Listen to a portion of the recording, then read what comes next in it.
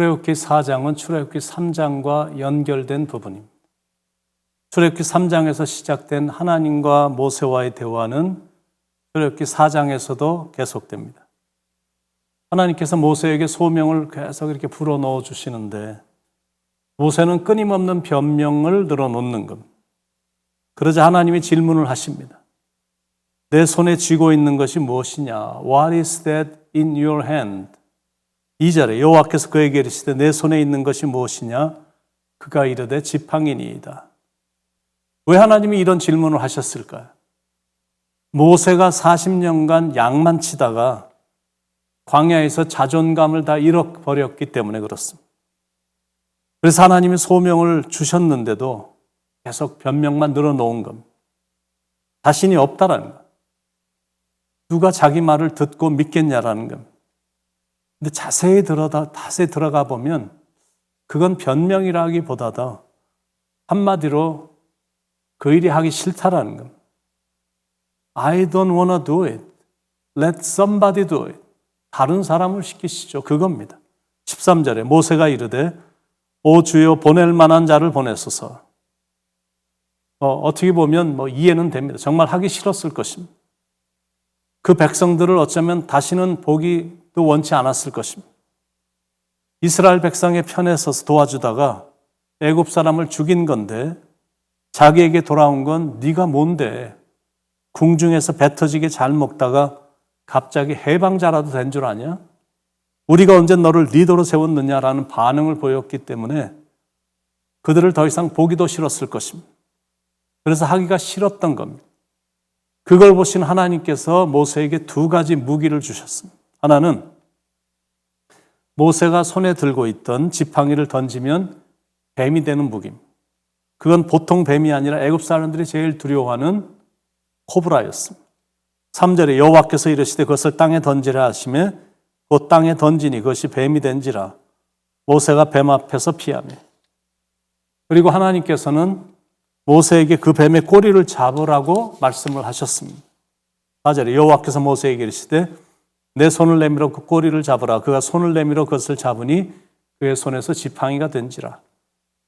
사실 코브라의 꼬리를 붙잡는다라는 것은 손으로 잡는다라는 것은 뱀 전문가가 아닌 이상 자살 행위와 다를 바가 없습니다. 그런데 하나님께서는 아무것도 두려워하지 말라라는 뜻으로 꼬리를 잡게 하신 겁니다. 그래서 믿음으로 꼬리를 붙잡았더니 그 뱀이 신기하게 다시 지팡이가 된 겁니다. 이번에는 모세에게 손을 품에 넣었다가 이렇게 빼라라고 말씀하셨습니다. 모세가 순종을 했더니 그의 손에 심한 문둥병이 생겼습니다. 그리고 다시 그 손을 품에 넣었다가 빼라고 하시 순종을 했더니 깨끗하게 그 손이 치료가 됐습니다. 6절로 7절에 여호와께서도 그에게 이르시되 내 손을 품에 넣으라 하시매 그가 손을 품에 넣었다가 내어보니 그의 손에 문둥병이 생겨 눈같이 된지라. 이르시되 내 손을 다시 품에 넣으라 하시매 그가 다시 손을 품에 넣었다가 내어보니 그의 손이 본래의 살로 되돌아왔더라. 자, 질문입니다. 왜 하나님께서는 왜 이 두 가지 능력을 모세에게 무기로 주셨을까요? 애굽 사람들이 제일 무서워하는 것이 코브라고 두 번째가 문둥병입니다. 그들이 무서워하는 거 그들에게 보여주므로 하나님의 능력이 그들이 가장 두려워하는 것보다 더 막강함을 보여주기 위해서입니다. 이 기적을 보면 그들이 믿을 것이다. 그러므로 변명하지 말고 가거라. 이 지팡이를 들고 가거라. 그겁니다. 그러나 혹시 그래도 믿지 않으면 나일강의 하수를 취해서 육지에 부으라 하라는 거예요. 9절에 그들이 이 두 이적을 믿지 아니하며 내 말을 듣지 아니하거든 너는 나일강 물을 조금 떠다가 땅에 부으라. 내가 떠온 나일강 물이 물에서 땅에서 피가 되리라. 여러분 이거는 애굽 사람들에게서 가장 무서운 재앙입니다. 왜냐하면 애굽의 모든 젖줄은 나일강이기 때문에 그렇습니다. 애굽에 나일강이 없으면 애굽이란 나라는 완전히 폐허입니다. 그런데 그 강 전체가 피가 된다라는 건 애굽에겐 최악의 재앙입니다. 그걸 하나님께서 다 해주시겠다라는 거예요. 그럼에도 불구하고 모세는 여전히 못한다라고 변명만 늘어놓고 있습니다. 내가 누구간데 누가 내 말을 듣겠습니까? 이런 미지근한 신앙 때문에 하나님의 일도 제대로 못하고 자기 일도 제대로 못하는 겁니다. 그러니까 결론이 뭐냐면 우리가 잡고 있는 지팡이 갖고는 안 된다라는 게 결론이에요. 우리가 잡고 있는 지팡이는 그다지 능력이 없습니다.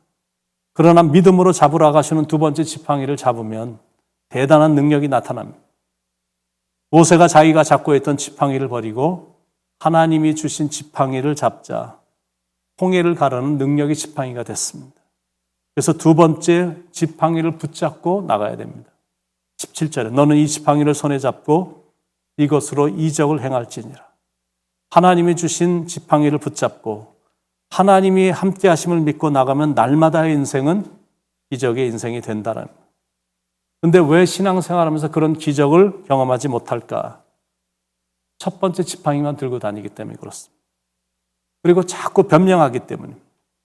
그러므로 변명하지 말고 하나님이 가라고 그러면 가고 하라고 하면 해야 된다는 거예요.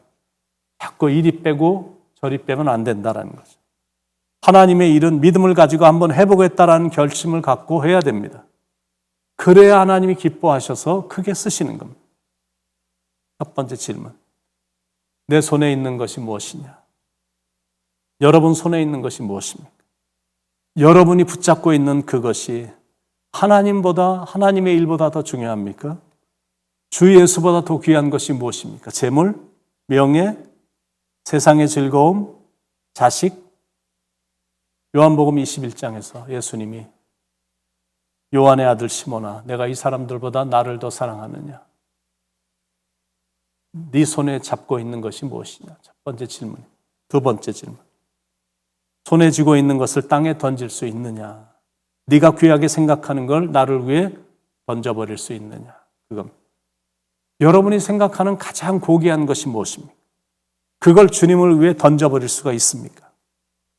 믿음으로 첫 번째 지팡이를 던질 수 없다면 결코 인생에서 기적은 일어나지 않습니다.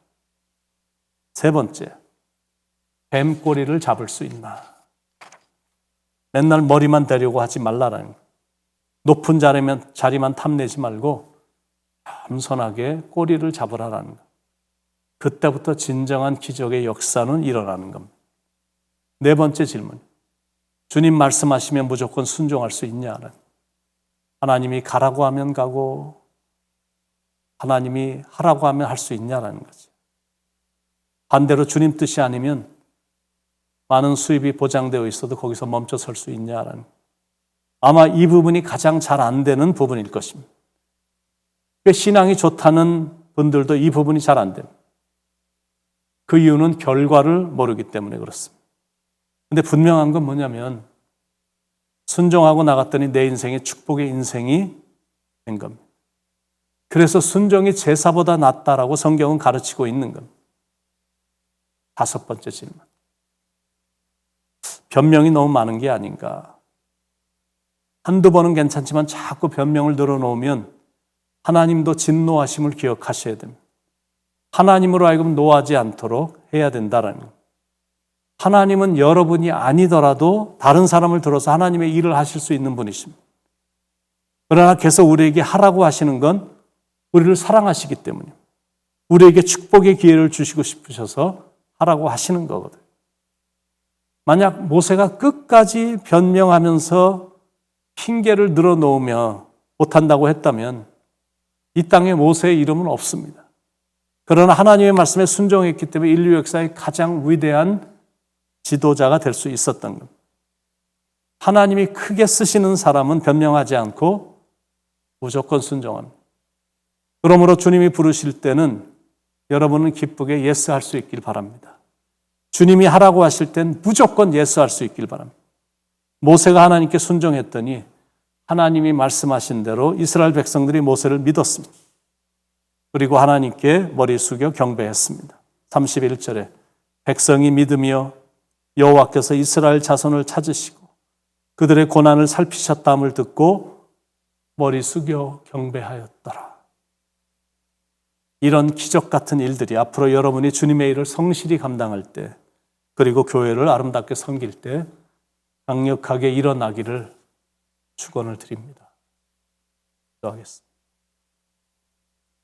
주님을 위해서라면 내가 소중하게 생각했던 것들조차도 내려놓을 수 있는 그런 믿음을 소유할 수 있게 하시고, 주님이 가라고 하시면 언제든지 갈 수 있는 그런 순종의 마음, 주님이 하라고 하시면 언제든지 하겠다라는 그런 자세로, 순종의 자세로 나올 수 있도록, 그리고 주님이 이제 거기서 중단해라 그럴 때는 언제든지 나에게는 참 좋은 것 같은 생각은 들지만 하나님의 뜻이 그것이 아니라고 생각이 들면 그 말씀에도 순종할 수 있는 하나님의 사람이 될 수 있도록 인도해 주시옵소서.